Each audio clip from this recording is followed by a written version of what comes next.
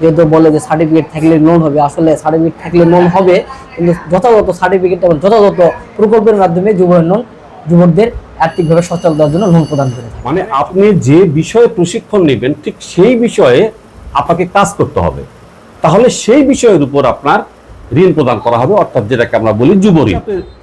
Masters complete করার পরে যখন কোনো চাকরি বাকরি হচ্ছিল না, করোনার টাইমে আমার একটা কোচিং সেন্টার ছিল বগুড়াতে, ওখানে করতাম, কিন্তু করোনার কারণে যখন কোচিং সেন্টার বন্ধ হয়ে গেল, তারপরে আমি ঠেঙ্গামারাতে 1 বছর চাকরি করছি ফিল্ড পর্যায়ে। রিজাইন দিয়ে চলে আসার পরে যুব উন্নয়নে ঢুকতে গেলে কোথায় যাব কি করব এটা আমার জানা ছিল না, যেহেতু বেসিক প্রশিক্ষণটা আমাদের যুব উন্নয়ন থেকে হাতে করি বেসিক প্রশিক্ষণটা দেওয়া হয়েছিল।